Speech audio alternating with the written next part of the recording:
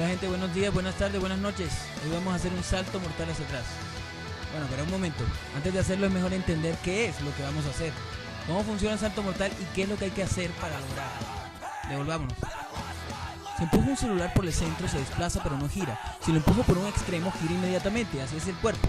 Empujando con los brazos lejos del centro de rotación el cuerpo tiende a girar. Es justo como tratar de romper un madero sosteniendo fijo un extremo.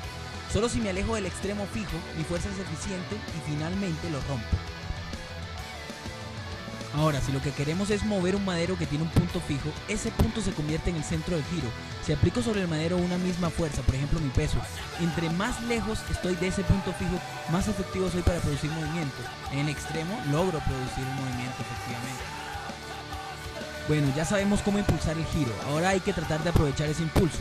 Bueno, cuando un objeto gira, se mueve más rápido si la masa se concentra en el centro. Entonces, si uno encoge el cuerpo en el salto mortal, la masa está cerca de ese centro del que hablamos y gira más rápido. Así, aquí en el parque cuando me acerco al eje de rotación, estoy agrupando la masa ahí. Lo mismo hago cuando me encojo en el aire, sea un mortal atrás o un mortal adelante.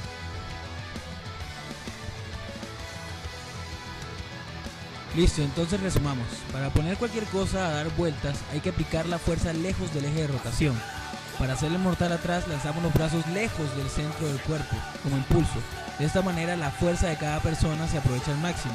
Después, en el aire, el siguiente paso es agrupar toda la masa cerca del centro de rotación.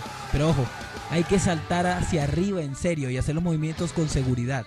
Si uno salta con miedo suele caerse. Si tienen el estado físico y saben qué hacer, lo único que hay que vencer es el miedo.